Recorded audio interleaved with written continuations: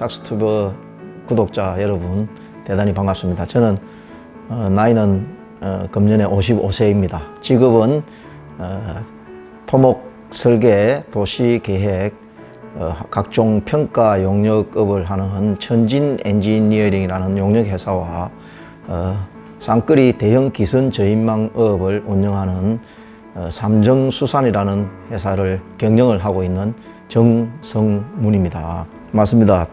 부산에서 태어나서 정주 생활을 부산을 벗어나서는 한 번도 해본 적이 없는 수수한 부산 사람입니다. 그렇습니다.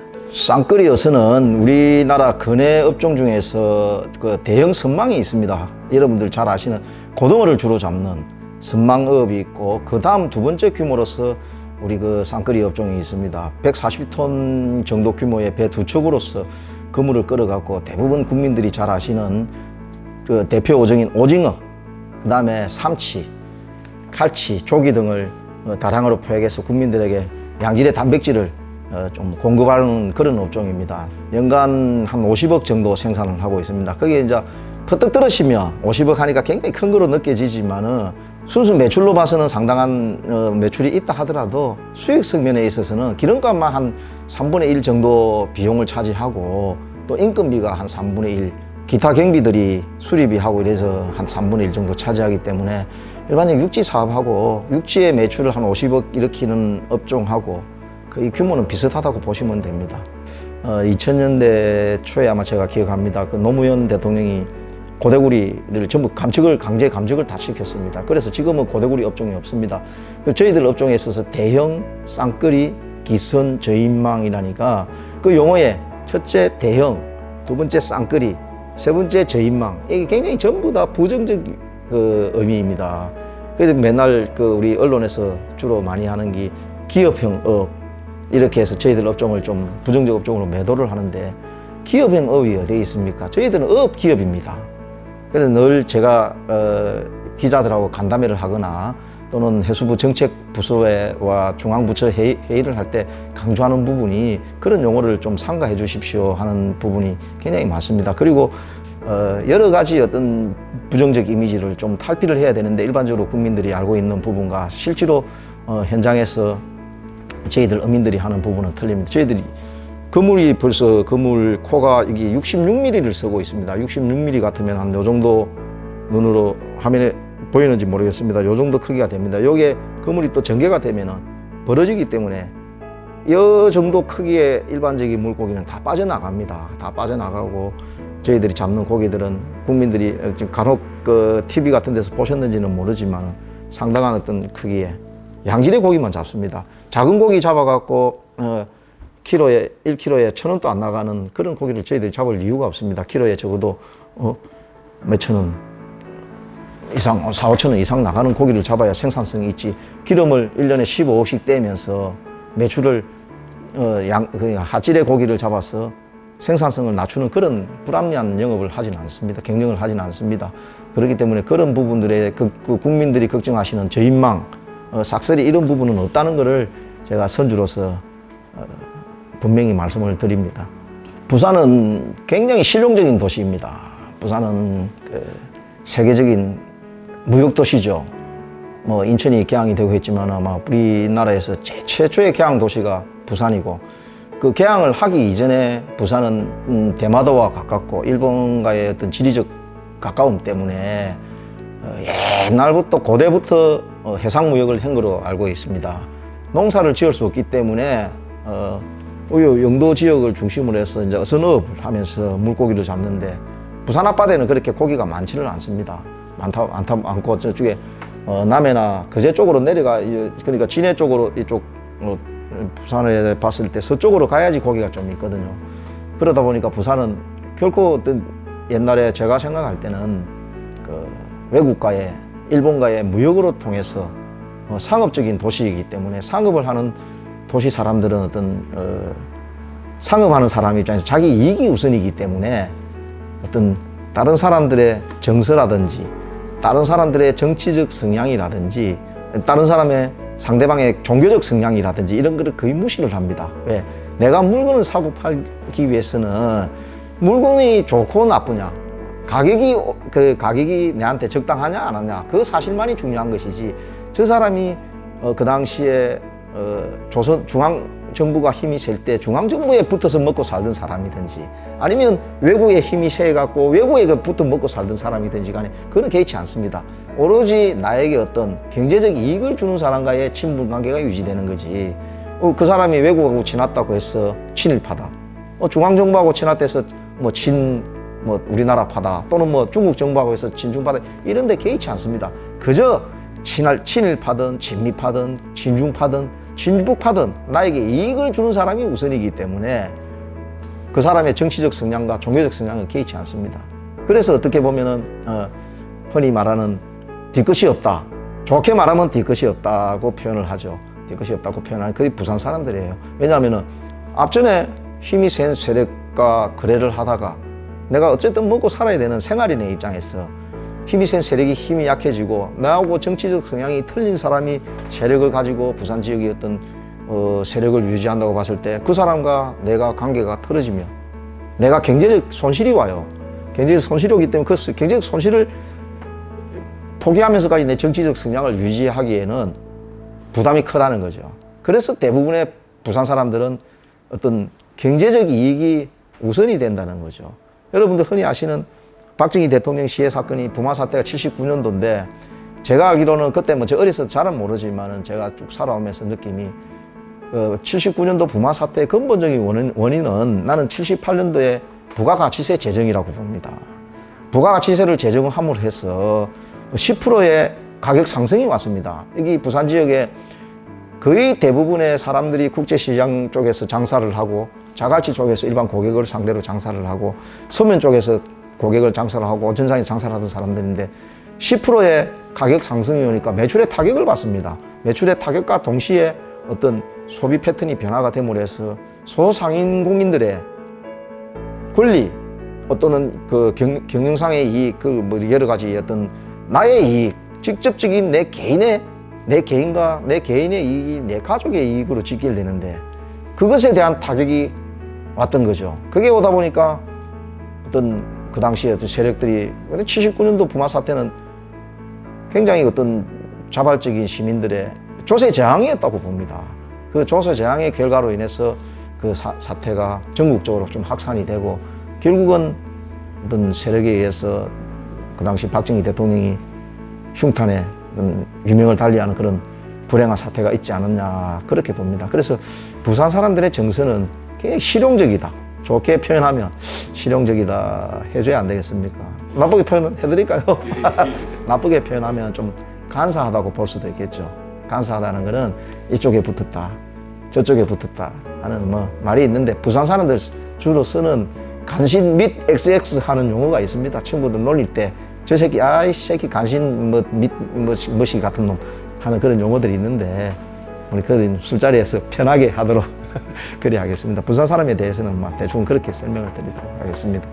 부산도 상당히 그런 여파 많습니다. 그러니까 52시간 근무제와 최저임금으로 인해서 요 앞에 공동의시장에 일하는 아주머니들 상대로 또는 여기 선원들 상대로 하는 식당들이 절반 정도 문을 다 닫았어요. 그 이유는 매출도 매출이지만 가게 운영을 못해요. 여기 앞에 식당들이 가격이 단가가 보통 6, 7천 원 최소 7,000원에서 한 8,000원 정도 만원 넘어가면 식당이 팔리질 않아요. 그래서 7,000원, 8,000원 대에서 식당을 운영을 하고 있는데 밥을 팔아갖고 1시간에 8,530원 참모들 홀 서빙하는 사람들 그 일당을 주고 과연 얼마를 팔아야지 그 사람들 일당을 주겠습니까? 3시간 근무해가지고 25,000원을 받기 위해서 그 사람이 출근하지 않습니다. 최소한 5시간 정도의 인건비가 보장이 돼야지만이 그 사람들이 와서 일을 하는데 그 4만원, 5만원 정도의 인건비를 주려면은 밥을 5만원짜리 하나 밥을 주려면은 얼마를 팔아야 되겠습니까? 5만원 주려면은 얼마 대충 뭐 15만원 정도 매출을 일으켜야 되는데 15만원 정도의 매출을 일으켰을 때 그 종업원에게 인건비를 지불하고 사장은 집세 주고 뭐가 남습니까? 그래서 종업은 고용을 하질 않습니다.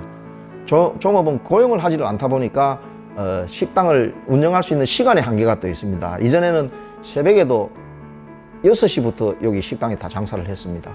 새벽 6시부터. 왜냐하면 배들은 12시 돼서 들어와가지고 하역을 하고 5시 반부터 경매를 하기 때문에 5시, 6시 되면 배가 고파서 사람들이 식사를 6시 되면 식사를 해야 됩니다. 해야 되는데 식당이 장사를 하지를 못해요. 그 이유가 조금 전에 말씀드렸던 52시간 근무와 그 최저임금으로 인해서 근무를 시킬 수 없는 여건이 되다 보니까 가족 경영으로 돌아가고 있습니다. 그래서 여기 앞에 식당에 저희들 식사하러 가보면은 그러니까 나이 든 어머니, 아버지, 딸, 아들, 며느리, 사위 이래갖고 또 손자까지 가족 경영하는 체제로 하는 집은 살아남고 그 전에 가족 경영하지 않다가 종업원을 두고 있던 집들은 거의 문을 닫았습니다. 지금 제가 볼 때는 문 안 닫고 있는 집들은 가족 경영하는 기업들입니다.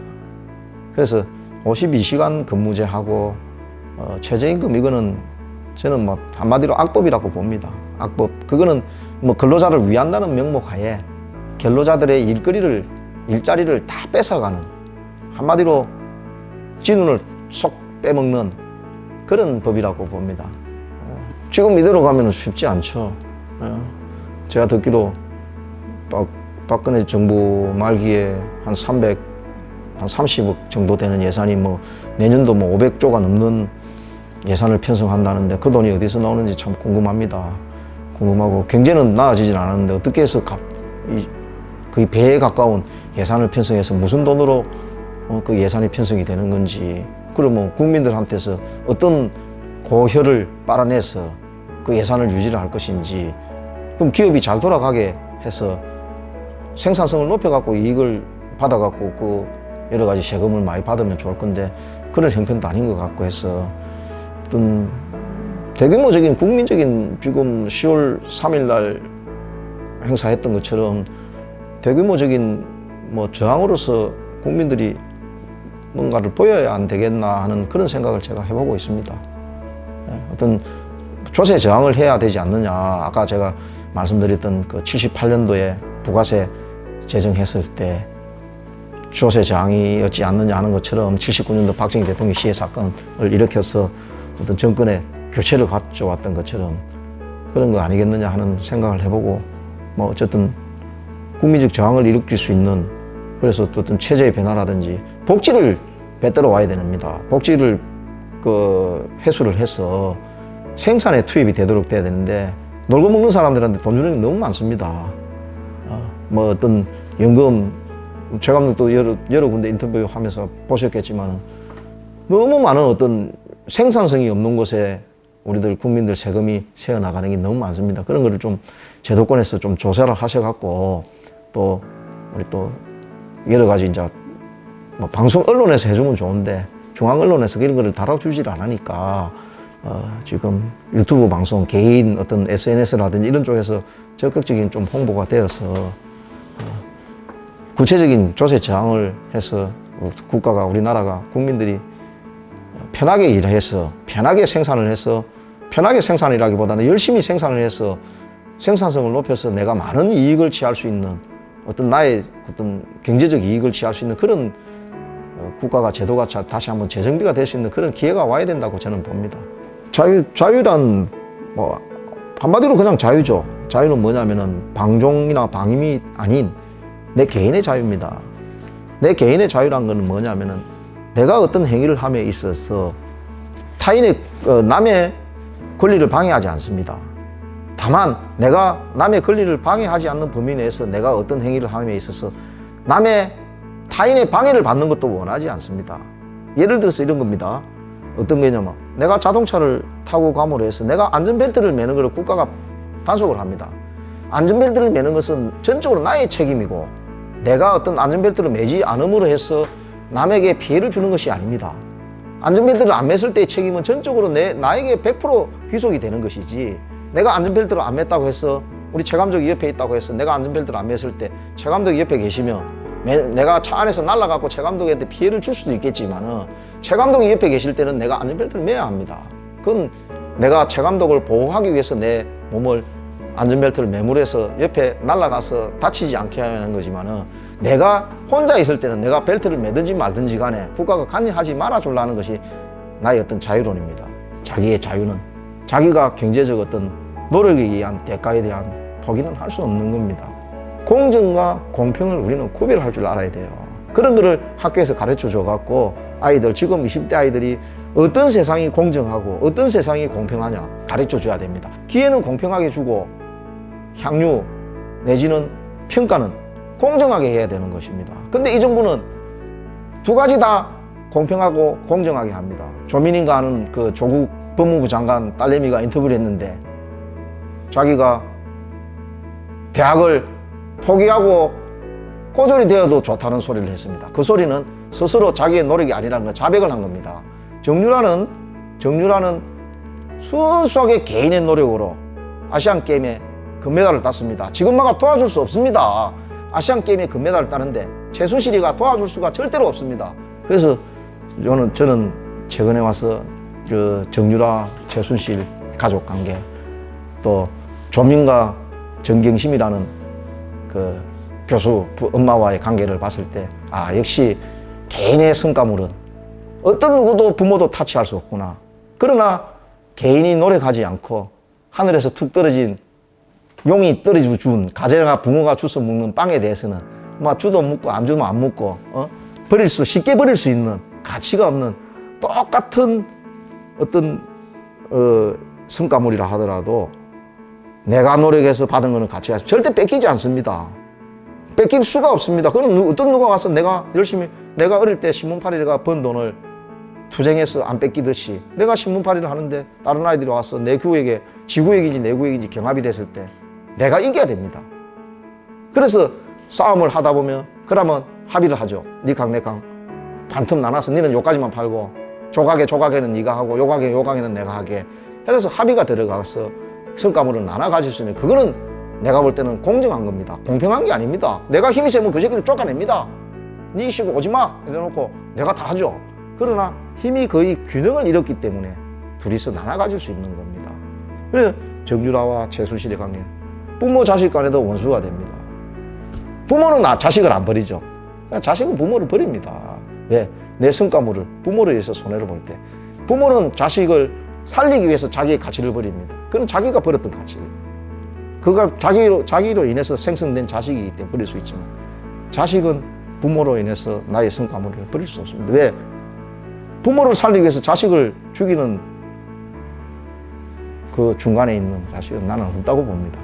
뭐 국민들에게 뭐 제가 어떤 지도자도 아닌데 드릴 말씀은 없습니다만은 흔한 말로 자유는 그냥 주어지는 것이 아닙니다. 나의 자유는 내가 지킬 수 있을 때만이 자유가 있는 것이지 내가 지키지 못할 때는 자유가 없는 것입니다. 투쟁하고 내 자유를 빼앗기지 않기 위해서 노력해야 합니다. 지금 어떤 세력인지는 모르지만 우리 국민들에게서 자유를 뺏어가려고 하는 세력들이 있습니다. 그 세력들에게서 내 자유를 지킨과 동시에 내 자식과 내 부모 형제의 자유를 지켜야 됩니다. 절대로 국민 여러분 자유를 안 빼앗기도록 같이 노력해야 됩니다. 우리 자유는 우리가 투쟁할 때만이 지킬 수 있습니다. 절대로 빼앗겨서는 안 됩니다. 자유는 지켜야 합니다. 이상입니다.